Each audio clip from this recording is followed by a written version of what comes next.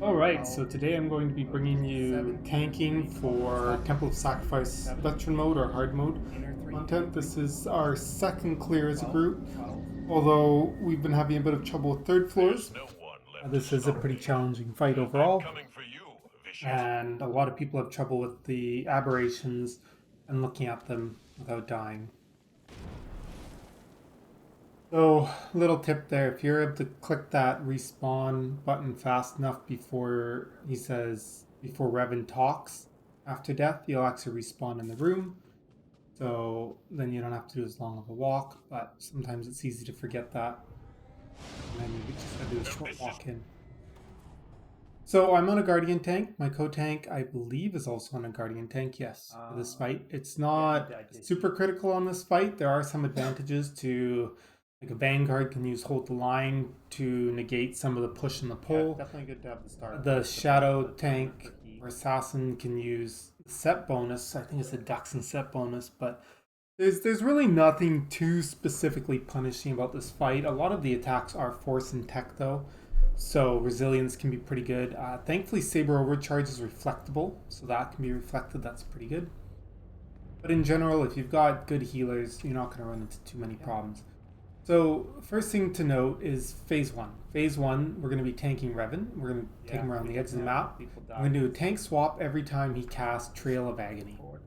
Now, the other thing that going to happen at this time is the healers are cleansing people, and the person being cleansed, if they're within 4 meters or 5 meters of somebody else, when they get cleansed, they spread that debuff dot, whatever it is, to the player near them. So you want to make sure that you're standing far enough apart that does not happen, that you aren't going to accidentally uh, give somebody else or receive somebody else's debuff in the cleansing.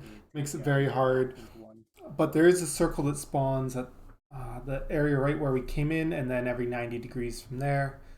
And you can also walk in flows to cleanse yourself. Usually the healers walk into the one over on this side and the one on the right side that's off the screen. And that allows them to cleanse themselves of all the stacks they've got from cleansing the other players. So when you cleanse a player, you also get, never cleanse yourself. Always make sure that people with the debuff stand far enough apart. So Revan does this thing, whoever shoots him first, he'll pull them right over his head, so you can see my angle lined up here. So I don't get pulled into the center. You'll find that out pretty quickly if you pulled the wrong way. Sometimes I'll use like my unremitting utility with the leap, so that way he doesn't actually pull me in. The other tank's gonna taunt off me right after he does the toss. But yeah, just pure dumb luck. Sometimes the abs work out. Yeah, I guess taunt just to make sure they have threat. I'm not fully sure how they do it. I think they taunt. Plan ahead. All right, can do a ready check here. There's not too much else to go over on this part of Revan. It's pretty simple. You don't really need to use defenses if your healers are good here, but I do tend to try and use some because I get bored with how many times we have to do phase one during progression rating. So you have lots of time to think about little things that you want to do differently or better. All right, 3, 2, 1. My Revanites understand what you do. Notice I didn't use my Saber Reflect in my opener. I want to save that for when he does his Saber Overcharge. That's reflectable, and I'll use it when I'm tanked. So Impel, this one you can use your Stun Break and spam it. And then it'll go off the last second and it prevents you from getting knocked. Otherwise you have to get knocked into a pillar. So there was the Trail of Agony, there's a Saber Overcharge. I'm popping my Reflect for this. And I taunt, of course, taking the boss's threat. So at this point, I still have my Stun Break up, so I don't need to worry about getting knocked into a pillar. Notice I'm moving over and I'm spamming my Stun Break there just to make sure it goes off. I do like to call out for the rest of the team whenever the Malevolent Force Bond goes out, just so they know there's a beam that they need to cleanse or break with the middle of the map. And now another Saber Overcharge coming soon. Oh, Trail of Agony. It's time. And then there's another Impel. Once in a while that second Impel will happen right before. Most time it happens after the Trail of Agony. And usually whoever gets it has to get punted in. So now HK comes down. We're going to pause this for a little bit and we'll talk about the HK fight. So with HK, what's going to happen that's quite important is you're going to want to do a tank swap. He puts a stacking debuff, looks like a knife on the tank. and that's going to cause a lot of damage. So you need to worry about tank swap. Usually we do a tank swap right after a pseudo-random violence. We might wait for him to apply another tick, and we don't do it every single pseudo-random violence. So there's kind of a pattern that we'll go through. The other thing is that whoever has threat on him, when the droids are summoned, he channels kill shot. You need to run and break kill shot through the beam in the middle of the room. Other than that, this is a pretty straightforward fight. You stand out of this cleave. You can see right now there's the area here that's being cleaved. Stay out of that. If you taunt right before he does the pseudo-random violence, it will go on you, but you have to have pretty good timing. So it can be a little challenging. Sometimes it goes on random players. Now there is also the handful of grenades to worry about. A lot of times people will cleanse those just on the edge of his circle or on the outside and then move back in. If you're the one who's going to be running kill shot, it's a good idea to get yours cleansed so you can freely run kill shot without them blowing up along the way. And the grenades, whether you're in the circle or within 3 to 4 meters of somebody else who has grenades, they blow you up, even if you've cleansed your own. So they do stack and they do more damage. Has even corrupted my friend. So our first tank, Arkham, is going to take HK, and I'm just going to stand off to the side here for a bit.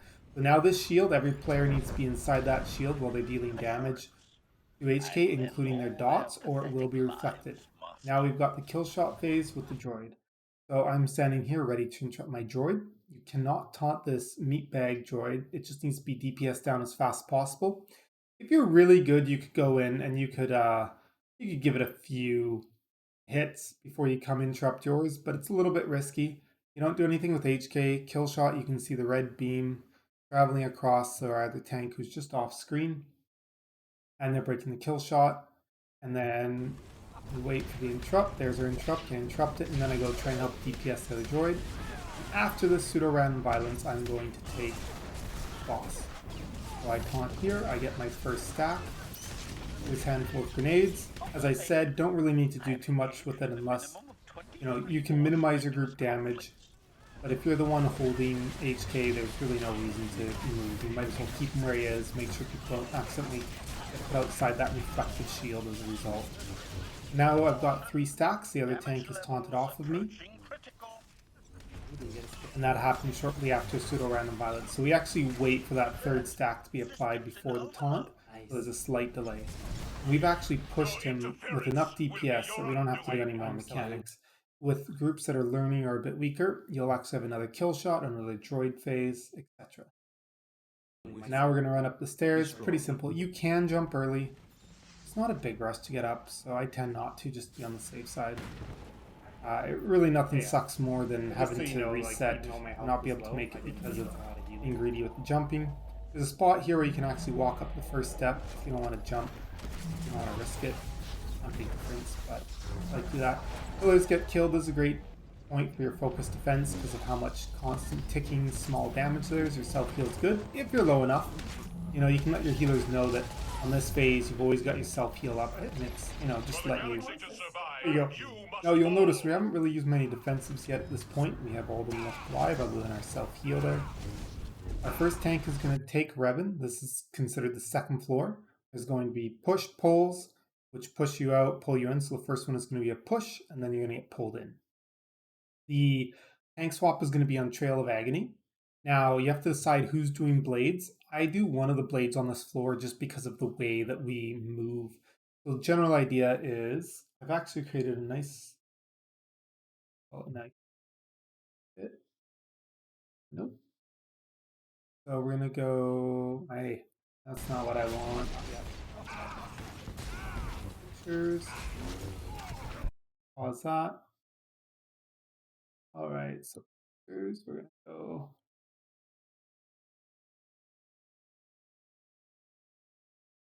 That's not where I have it. I have it under documents, raid notes.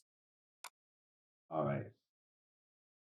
So generally what we've done is, this is a graphic that I've kind of made up for our team for the pattern that we do. So Revan spawns here. There's going to be a push out. You're going to get pushed out this way.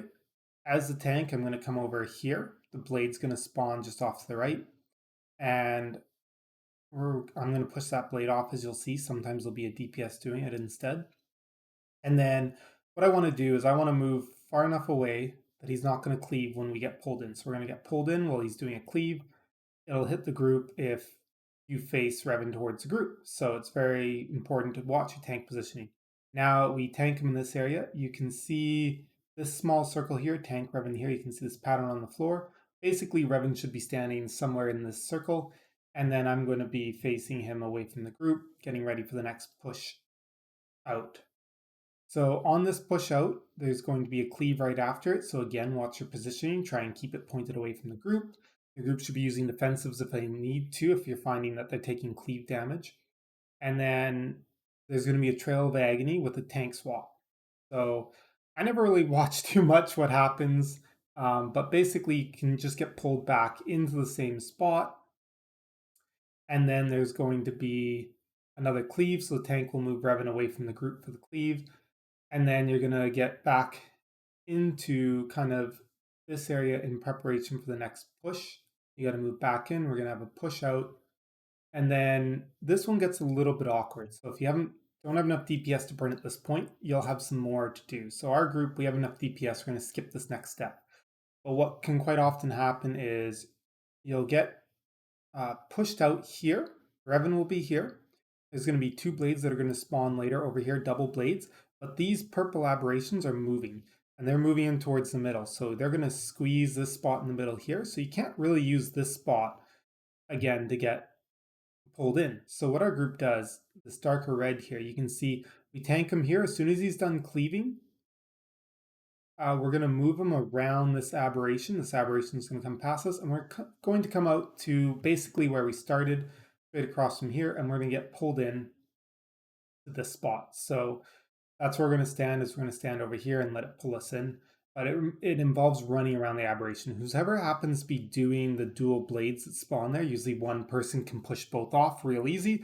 They'll stay right in the middle of where the aberrations are going to come to each other. As soon as the blade spawns, they're going to push them off and then figure out how they're going to safely deal with not dying to the aberrations while getting pulled in. I don't really have a lot of detail. That's not usually a part that I do. And this is more focused on the tanky anyways. So as you can see here, right after that push out, I'm getting in position for not only the taunt, there's a taunt on Trail of Agony, and then I can easily yeet that blade right off, which is nice. I'm going to use my AoE taunt here just to make sure I have enough threat, because I'm not wanting to stand in melee range. I wanted to move to that cleave. So see how I'm not hitting the group with the cleave? Pretty much everybody did not lose any health. Cleave's done. I can move them back in here. I'm going to put them there, and then I'm going to stand in my tanking spot a little further away. And then for that push, I immediately run away to avoid cleaving the group. Again, you can see pretty much nobody took any cleave damage. So there's going to be the Trail of Agony here. I'm going to run along the outside. There's going to be a pull in, and everyone's going to get pulled into our middle spot. As you can see, they got pulled in. There's a lot of room for push-pull when you're in this area. So as soon as this cleave is done, we're going to get ready for our... Well, we push the face. So as I said, we'll just look at our diagram again, just to remind you again. So, that pull-in happened. So everyone would have actually moved back in to prepare for a push. So it would be the Revan after pull, and then we'd be ready for a push, and we want to get pushed out again. And then at that point, we would be here, and once we finish the cleave, we would run around that aberration to get ready for a pull-in, because the 2 aberrations are going to meet on this middle part here, and they will kill us. So now the next part you're not going to see, because we only have one person on our team do it, is you got to climb up the stairs. This can be pretty dangerous. Once one person gets to the top of the stairs, everybody is going to get respawned. They're all going to get brought back to life. So don't really worry too much about everyone going up all at once. It's not worth it.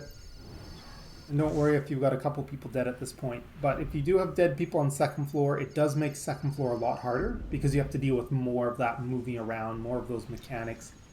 And that's one of the hardest parts about second floor, is all that movement in and out and being able to get the blades at the same time. So third floor, Revan starts up. Hopefully the sooner he's down, the easier it is, because you're still going to have Trail of Agony, you're going to have your push-pull, you're going to have your heave, but most importantly now, you're going to have to do unstable aberrations as well.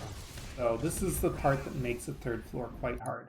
So what we've done is I'm calling out the aberrations, and I'm going to stand over here, and the rest of our group is going to stand over here. So what people have done, for whatever weird reason, they call this 6 o'clock where Revan started. 12 o'clock is where he's going to jump to and stand at. Now it doesn't match your mini-map. So that's one thing that confuses a lot of people is, 12 o'clock on your mini-map looks like 9, and 6 o'clock on your mini-map looks like 3. So it's all been rotated. You just think, he spawned in at 6, he's up at 12 once he jumps away and the core comes down. So I'm going to sit myself at about this 4 o'clock spot. The rest of the team is going to sit at about 7 o'clock, 7:30. The main thing is that, they don't want to get cleaved. Any melee, they will have to come stand closer to Revan, and they just have to be very careful that when that push-pull happens, they're going to get cleaved with the tank. There's no way around it unless they've moved ahead of time out of the way, or so. Generally, you want as much DPS to push Revan as fast as possible, so they just have to be aware, do some quick adjustments, pop a defensive right before the push or pull, that kind of stuff. So our tank is running off to Kite Trail of Agony. I've taunted the boss. No, I haven't yet, but I'm going to taunt the boss any second here. And then I'll take the boss, and I'm not going to really do anything with the boss at this point. Really, all that I'm doing is I'm going to be watching these aberrations flare up and calling them out. So I might do a little bit of attacking initially. The first set of aberrations, it's immediately after the push out that you're going to do that the first one's going to pop. So I'm getting my camera angle correct, playing around with that. He's doing his cleave. Then 4, 12, 6, and then 7. We'll call it. So now I'm telling everyone stop, look at 4. So if you'll notice here, my body is in a good position to Revan. I can't get backstabbed. I'm facing him sideways. So this spot I like because I'm facing him sideways like this. No matter what aberration I'm looking at from here, my back's never to him. When I get pulled in to over here, I'm sideways to him, but there is a risk with a 12 o'clock that I'm going to get backstabbed. So we have a couple options here. Is your other tank can taunt Revan and pull him over somewhere else after, like, right after the pull in, or right after the pull in, taunt, pull him somewhere else. Maybe they're standing over here, maybe they're standing over here. Generally, I would say they'd want to bring them this way if possible, just to avoid that cleave hitting the whole group. We've definitely killed their group a few times with that cleave hitting the whole group. And if you don't have something in 12 o'clock, or 2 o'clock or 1 o'clock, you're pretty safe. So generally, if I get pulled over here, the only way my back is to Revan is if I'm kind of looking from like about what would be considered 11 o'clock all the way down to about 2 o'clock. So if I have to look at 3 o'clock, I'm going to be sideways to him. He's not going to backstab me. If I look at 10 o'clock, I'll basically be sideways to him. Not quite, but he won't consider that as your back to him, and you'll be safe, and you can easily reposition at the same time. One thing I forgot to mention that I'm going to quickly go back and go over on the third floor I forgot about. So one thing I wanted to point out was defensive use on the third. So, there's not a fix like, hey, you need to do it exactly like this. Now, if you have a blade just sitting in the group, you have to use a defensive. They hurt like a hell of a lot.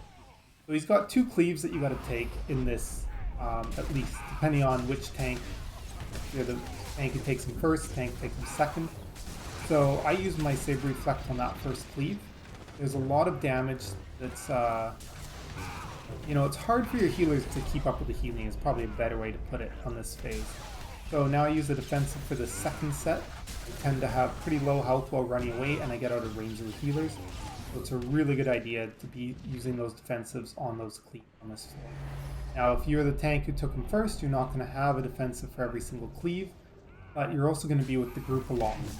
So it's not quite as important to use a defensive on each cleave, as you'll be right with the healers, but easier for them to heal you. Do not let him win. Yeah, I just wanted to go over that. Now let's find the right spot. So now we'll go back to where we were on the third floor. So I get pushed out. I'm counting all of these. Again, 12, Notice I have a built-in star parse timer that tells me when the push and pull is. That's useful to have. One for heave as well. That's also quite useful when you're at high stacks. But notice how I've already started kind of repositioning myself. I did get backstabbed there, and the other tank did end up taunting off me. So you could kind of say it was a bit of a mixed bag. Looks like the whole group did one of the aberrations wrong and got yeeted across, but thankfully to a safe spot. Don't know if I called that wrong or what happened, but we survived it.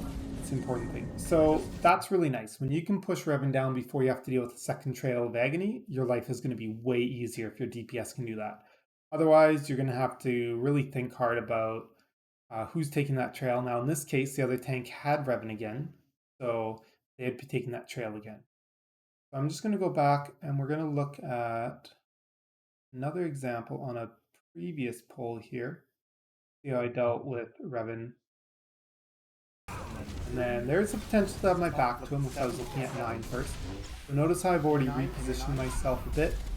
And that really just helps in that scenario. You can see I moved further away over here to make sure that I can look at that 9 o'clock after the pull in. So you want to think about little things like that. It's going to help you a lot. Now let's go back to where we were on the 3rd floor for our actual clear. 9.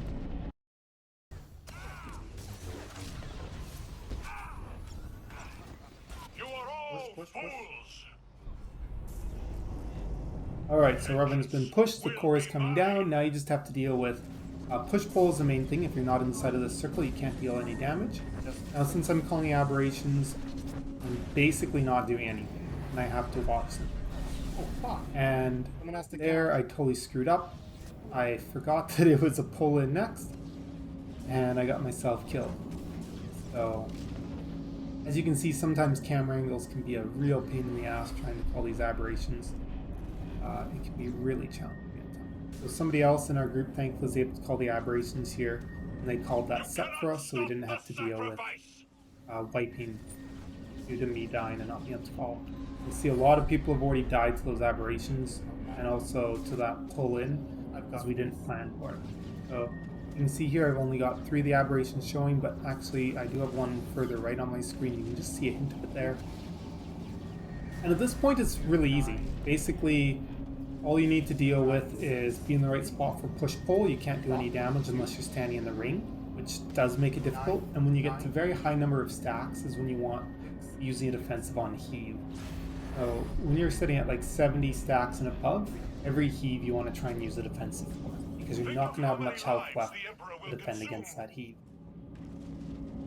And yeah, that's the way that we tanked Revan and we cleared him. So hopefully that gives you some good ideas of some of the things that you can or need to do to clear Revan.